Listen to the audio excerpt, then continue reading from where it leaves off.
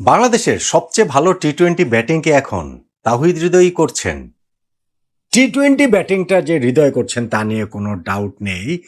এবং লঙ্কান প্রিমিয়ার লিগে জাফনা কিংসের হয়ে পরপর 4 ম্যাচে তার যে ব্যাটিং পারফরমেন্স, প্রায় প্রতি ম্যাচেই নিজেকে ছাড়িয়ে যাওয়ার মতো যেই ব্যাটিংটা আমরা দেখতে পাচ্ছি, তাতে করে কিন্তু বাংলাদেশ আশাবাদী আসলে হতে পারে।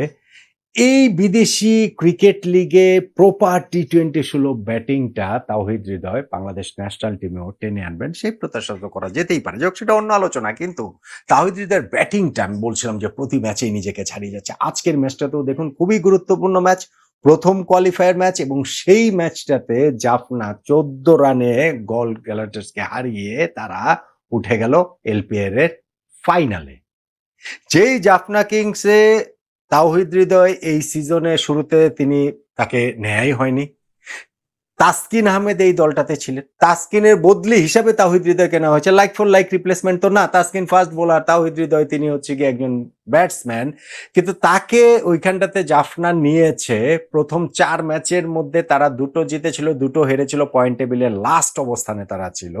ফলে ওই টিমের কম্বিনেশনের কথা মাথায় রেখে তাওহিদ হৃদয়কে নিয়েছে, এবং মাইডাস টাচের মতো হৃদয় আসার পরে জাফনা 4 ম্যাচ খেলে 4টাতেই জিতলো, প্লে অফে উঠেছে তো আগেই, এবং এই ম্যাচটা কোয়ালিফায়ার ছিল। হেরে গেলেও তারা হচ্ছে কি ওই যে গলের সামনে যখন এখন সুযোগ রয়েছে ফাইনালে ওঠার আরেকটা চান্স তাদের রয়েছে, সেকেন্ড কোয়ালিফায়ার, কিন্তু জিতলে তো ফাইনাল। এবং সেই জয়টাই হচ্ছে গিয়ে জাফনা এই ম্যাচটাতে জিতে গেল তারা 14 রানে, এবং তাতে তাওহিদ হৃদয়ের ব্যাটিং এর খুবই সিগনিফিকেন্ট একটা অবদান রয়েছে।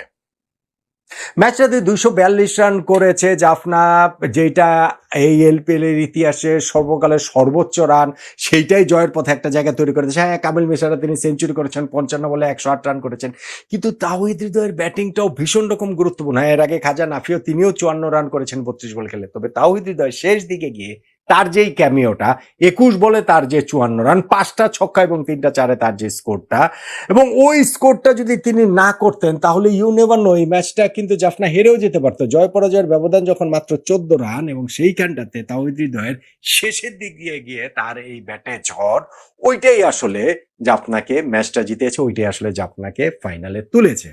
দেখুন, এই ম্যাচে যে হৃদয়ের পারফরমেন্স বলছিলাম, এবারে এলপিএল এর 4র্থ ম্যাচে তার হচ্ছে গিয়ে প্রথম 50+ স্কোর তিনি করলেন। 21 বলে 34 করেছেন, 256 স্ট্রাইক রেটে ব্যাটিং করেছেন, 5টা ছক্কা তিনি মেরেছেন, এবং প্রতি ম্যাচে তার যে নিজেকে ছাড়িয়ে যাওয়াটা, এইবারের আইপিএল এর শুরুর ম্যাচটাতে যেমন 21 বলে তিনি 35 রান করেছেন, খুবই ভালো টি-20 সুলভ ইনিংস। নেক্সট ম্যাচটা তিনি 8 বলে 31 রানের অপরাজিত একটা ইনিংস খেলেছেন, যেইখানটাতে লাস্ট ওভারে 31 রান নিয়েছে, তার মধ্যে 30 রানে তিনি এনেছেন, 3টা ছক্কা দিয়ে শুরু করেছেন, তারপরে 2 রান, 6 রান, 4 রান, মানে ওই ওভারটাতে হৃদয়ের ব্যাট থেকে লাস্ট ওভারে 30 রান এসেছে। পরের ম্যাচটাতে ব্যর্থ বলতে পারেন, 16 বলে 21 রান করেছে, এবং এই ম্যাচটাতে আবার 21 বলে 54 রানের অপরাজিত একটা ইনিংস তাওহিদ হৃদয় খেললেন। যে 4টা ইনিংস হৃদয় খেলেছেন, তার মধ্যে 3টাতে তিনি নট আউট। যে 66টা বল খেলেছেন তাতে 141 রান তিনি করেছেন। যেহেতু 3 ইনিংসে নট আউট, তার মানে তাওহিদ হৃদয়ের এভারেজটাও সেই 141, তার স্ট্রাইক রেটটাও 200+, 213, এবং 4টা যে তার ইনিংস, 21 বলে অপরাজিত 35, 8 বলে অপরাজিত 31, 16 বলে 21, এবং 21 বলে অপরাজিত 54, এইটাই প্রপার টি-20 ব্যাটিং, এইটাই প্রপার টি-20 ইনিংস। হ্যাঁ, তাওহিদ হৃদয়ের এই জাফনা দলটাতে কিন্তু সাকিব আল হাসানও রয়েছেন। আজকেও তিনি ব্যাটিং এ নামার সুযোগ পান নাই, বোলিং এ তিনি একটা উইকেট পেয়েছেন 3 ওভারে 36 রান দিয়ে। সাকিবের সঙ্গে একই দলে খেলছেন, অথচ সাকিবকে আউটশাইন করে দিচ্ছেন বাংলাদেশের কোন ক্রিকেটার, এমনটা আমরা আসলে হতে দেখি না সচরাচর। হ্যাঁ, ঠিক আছে, সাকিবের ক্যারিয়ার এখন পরন্ত বেলা, তাওহিদ হৃদয়দের সূর্য এখন মধ্য গগনে, সবই ঠিক আছে, কিন্তু স্টিল যখন এরকম কোনো কিছু দেখি, তখন ওই সাকিবের বেলা শেষের গান যেমন বোঝা শোনা যায়, ঠিক তেমনি ভাবে আমাদের ক্রিকেটেও নতুন দিনের গানটা আমরা প্রবলভাবে শুনতে পারি এই তাওহিদ হৃদয়ের ব্যাটে, যেটা আসলে আমরা দেখতে পাচ্ছি।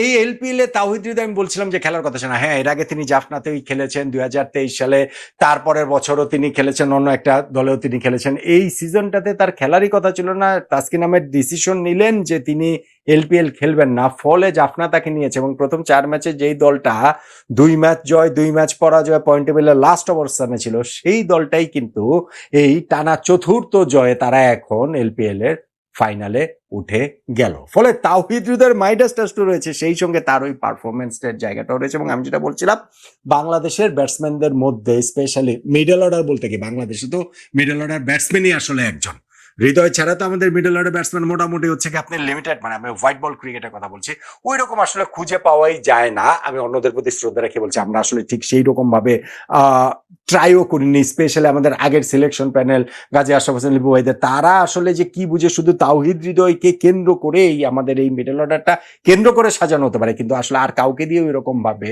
আমরা সাকসেস পাইনি। ফলে হৃদয়ের কাছ থেকে ওরকম বিগ পারফরমেন্স তো প্রত্যাশিত। ন্যাশনাল টিমের টি-20 ফরম্যাটে তাকে ভাইস ক্যাপ্টেনও করা হয়েছে, ফলে অবভিয়াসলি ক্রিকেট বোর্ডও তাকে নিয়ে অনেক বড় করে ভাবে, বড় করে স্বপ্ন দেখে, ওই জায়গাটা রয়েছে। কিন্তু ইন্টারন্যাশনাল ক্রিকেটের হৃদয়ের ফর্মটা কিন্তু টি-20তে খুব একটা ভালো ছিল না। সেই জায়গাটা থেকে গত দুইটা সিরিজে লিটন দাস অনুপস্থিতি, ইনজুরিজনিত কারণে তিনিই দলকে লিড করেছেন, কিন্তু তার নিজের পারফরমেন্সটা যেহেতু অত ভালো ছিল না, এলপিএলটা তাই হৃদয়ের নিজের ফেরার, তার ফর্মে ফেরার জন্য একটা খুব বড় একটা উপলক্ষ নিঃসন্দেহে ছিল। এবং সেই জায়গাটা থেকে তাওহিদ হৃদয় এইবারের এলপিএল এ নিজেকে একেবারেই ছাড়িয়ে যাচ্ছেন, প্রতিনিয়তই ছাড়িয়ে যাচ্ছেন, প্রতি ম্যাচেই ছাড়িয়ে যাচ্ছেন, যেটা হয়তোবা ভবিষ্যতে আমাদের অন্যান্য ক্রিকেটারদের জন্য দরজা উন্মুক্ত করে দিতে পারে।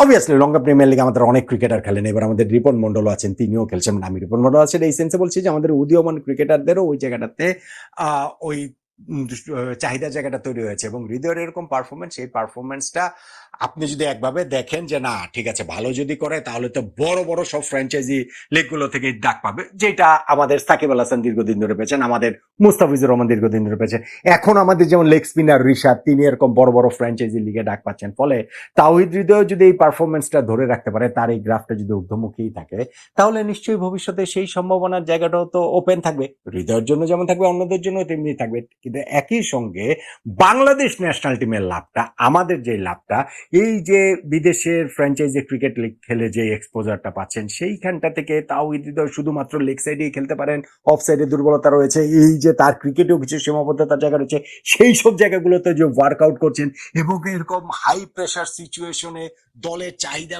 মেনে যেই ব্যাটিং গুলো তিনি করছেন, প্রতিটা ম্যাচেই যেইভাবে তিনি নিজেকে ছাড়িয়ে যাচ্ছেন, তাতে করে এই এলপিএল এ নেক্সট সিজনটাতে ধরেন হচ্ছে কি জাফনাকে তো এবার তিনি ফাইনালেই তুলেছেন, এবং সেই জায়গাটা থেকে যদি জাফনাকে চ্যাম্পিয়ন করতে পারেন, না পারলেও আমার মনে হয় নেক্সট সিজনে তাওহিদ হৃদয়ের জন্য তারা আবারও আসলে ঝাঁপাবে, তারা তাওহিদ হৃদয়কে পেতেই চাইবে। তার চেয়ে বড় কথা আমার কাছে মনে হয় যে আরো একটু বড় করে যদি আমরা দেখি, তাহলে টি-20 সুলভ ব্যাটিংটা তাওহিদ হৃদয়ের ব্যাটে যেরকম ভাবে দেখা যাচ্ছে এই মুহূর্তে, বাংলাদেশের অন্য যে কোনো ব্যাটসম্যানের চেয়ে কি প্রবাবলি ভালোভাবে দেখা যাচ্ছে কিনা। আমি শুধুমাত্র এলপিএল এর 4টা ম্যাচ দেখে আমি কোনো কনক্লুশন ড্র করতে যাচ্ছি না।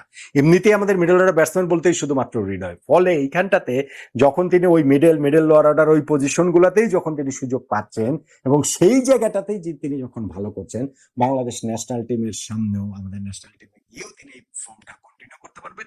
আর আমাদের ধরেন এখনই তো খেলা নাই, এখন আমরা অস্ট্রেলিয়ার সঙ্গে 2টা টেস্ট ম্যাচ খেলবো, কিন্তু স্টিল এই কনফিডেন্সটা হৃদয়কে আসলে নিঃসন্দেহে বাংলাদেশ ন্যাশনাল টিমও ভালো করার ক্ষেত্রে অনেক বেশি অনুপ্রেরণা যোগাবে। এবং আমার কাছে ওইটাও সিগনিফিকেন্ট মনে হয় যে সাকিব আল হাসান এবং তাওহিদ হৃদয় এক দলে রয়েছেন, তা সত্ত্বেও আমরা সাকিবকে আউটশাইন করে হৃদয় প্রায় যে 4টা ম্যাচ খেলেন, তার মধ্যে অন্তত পক্ষে 2-3টা ম্যাচ আমরা বলতে পারি যে ওই রকম ভাবে তিনি পারফর্ম করেছেন। সাকিব আগের ম্যাচটাতে খুব ভালো করেছিলেন ব্যাটে বলে দুই দিক থেকেই।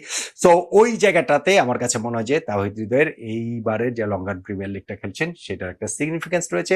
টি-20 ব্যাটিংটা তাওহিদ হৃদয় প্রপার টি-20 ব্যাটিং করছেন, এবং প্রবাবলি এই মুহূর্তে বাংলাদেশের ব্যাটসম্যানদের মধ্যে হয়তোবা সবচেয়ে ভালো টি-20 ব্যাটিংটাই কি তাওহিদ হৃদয় কনসিস্টেন্টলি করছেন বলে এই লঙ্কান প্রিমিয়ার লিগের ম্যাচগুলো দেখে, এই ওই লাস্ট ওভারে 30 রান নেওয়ার কথা বলুন, 4টা ছক্কা মারা সহ বলুন, কিংবা এই ম্যাচটা তো 21 বলে 54 রানের অপরাজিত ইনিংস, কিংবা পুরাই এলপিএল এই তার এইবারের 4 ম্যাচে 141 এভারেজে 213 স্ট্রাইক রেটে 141 রান করার এই পারফরমেন্সের জায়গাটাতে আপনারও কি মনে হচ্ছে না যে হৃদয় এই মুহূর্তে বাংলাদেশের সবচেয়ে প্রপার টি-20 ব্যাটিংটা করছেন? বলুন তো দেখি।